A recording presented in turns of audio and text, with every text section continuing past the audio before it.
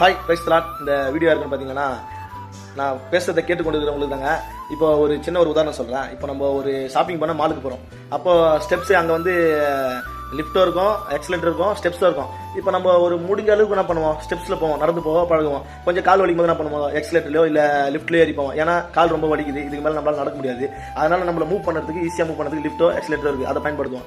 அது போல தான் என் வாழ்க்கையில் இவ்வளோ நாள் என்னோட தயவுலேயே நான் வந்துட்டேன், என்னோட திறமையிலே நான் வந்துட்டேன்.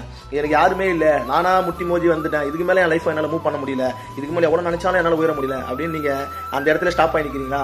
உங்களுக்கு தாங்க லிஃப்ட்டை போலவும் எக்ஸலேட்டர் போலவும் உதவி செய்ய என் தேவன் கர்த்தர் இருக்கிறாரு. அந்த கர்த்தர் இடத்துல வாங்க, இதுக்கு மேலே என்னோட வாழ்க்கை என்னால் மூவே பண்ண முடியல அப்படின்னு சொல்லி சோர்ந்துருக்கீங்களா?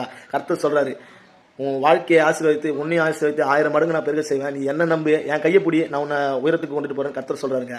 அதனால அங்கேயும் இங்கேயும் சுத்தாம, அங்கேயும் எங்கேயும் ஆலோசனை கேட்காம கர்த்தர்கிட்ட ஆலோசனை கேட்டு அவர் வழியில் நடங்க. அவர் சொல்றது ஒண்ணு, என் வார்த்தையை கேட்டு எனக்கு கீழ்ப்பணிந்து நாடு அப்படிதான் சொல்றாரு. அதை மட்டும் தான் சொல்றாரு. அதே போல ஒரு சில இடத்துல பார்த்தீங்கன்னா அநேக கோயிலுங்களுக்கு போவாங்க. நீ இந்த பாவம் செஞ்ச, இந்த பரிகாரம் செஞ்சால் தான் உனக்கு தீர்வு கிடைக்கும், இல்லை நீ இவ்வளோ லாங் நடந்து போய் நீ தரிசனம் பண்ணால் தான் உனக்கு பாவம் எல்லாம் நிவர்த்தி ஆகும் அப்படின்னு சொல்லுவாங்க. ஆனால் இயேசு கிறிஸ்து அப்படி சொல்ல, வசனம் அப்படி சொல்ல.